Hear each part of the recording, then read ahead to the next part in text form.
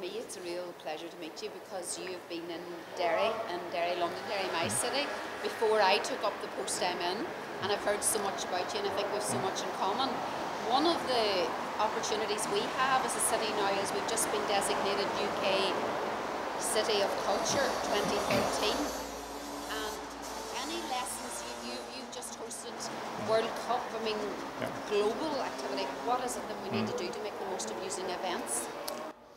I think bidding for and hosting events is an important thing that cities can do. It builds confidence, it sets deadlines, it creates unity amongst the local inhabitants and the local leadership. It's also important not just to have the event, but then leverage it for socio-economic benefit for the locals. It's no good just having it for the sake of having it or to put your name on the global map. It's got to have some benefits for households, for neighborhoods. That's why I like cultural events. Probably even more so than sporting events, because they can come back to the communities, and communities can participate in them more readily than perhaps a global sporting event, which is something that you usually just watch. That is why, for example, like you have successfully bid for your cultural event, your title, we are also bidding for Well-Designed Capital 2014. And the emphasis there is not just on winning the bid, it's also on how do local people involved in the design industry, in redesigning our city, making it a more livable place for everyone, reintegrating our city, how do they participate in the campaign? That's, at the end of the day, the most important thing. I mean, one of the interesting things that I think South Africa handled very well was in the early days of the run-up to the World Cup, there was a lot of criticism because those most disadvantaged didn't appear to be going to get some benefit. But I think you very quickly were able to counter that just by what you've described.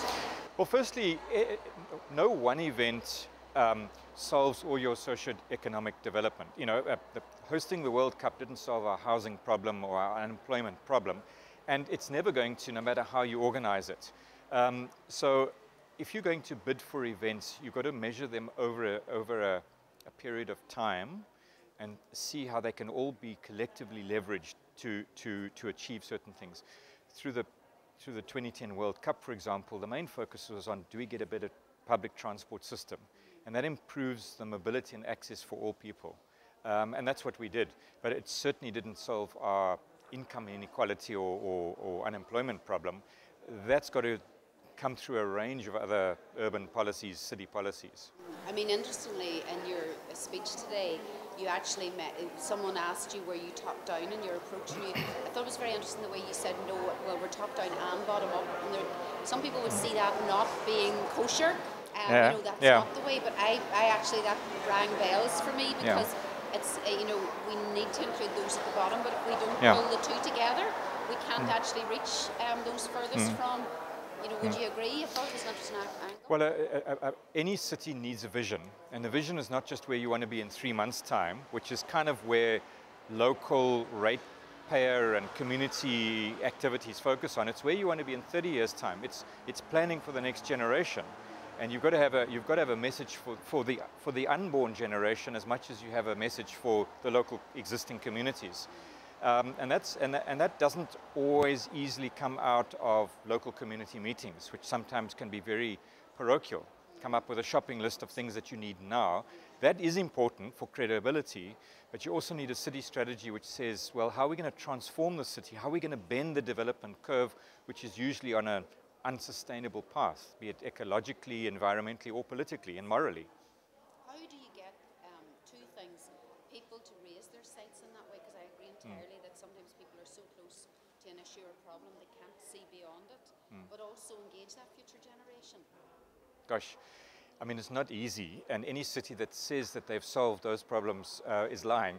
But I think it helps to, if you have visionary leadership, and if you can communicate well, not just with long speeches, but really in sitting down and engaging with people, listening to them, and hopefully communicating your vision to them, working in partnerships and not just in silos, realizing that certainly the business community doesn't have all the answers, neither does the public sector, neither do the academics. You've got to kind of bring everyone together, and you develop a vision collectively. So it's like a guiding coalition, because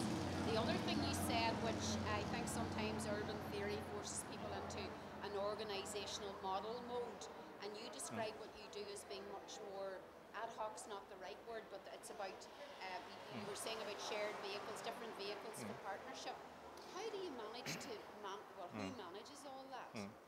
Well, firstly, you can't plan for everything.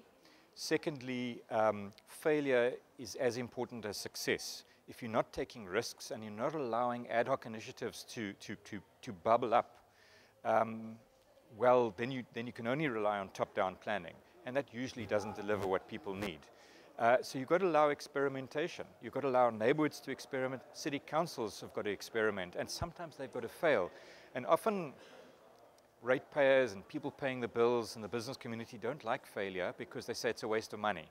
And that inhibits risk-taking, which you need to develop a city. So it needs visionary leaders like you sometimes to let people keep their heads. Well, I don't know about me, but certainly you've got to look for leaders in the most unexpected places. And it's not just in City Hall, it's not just in the Chamber of Commerce, it's often out on the street. Couldn't agree more. Great.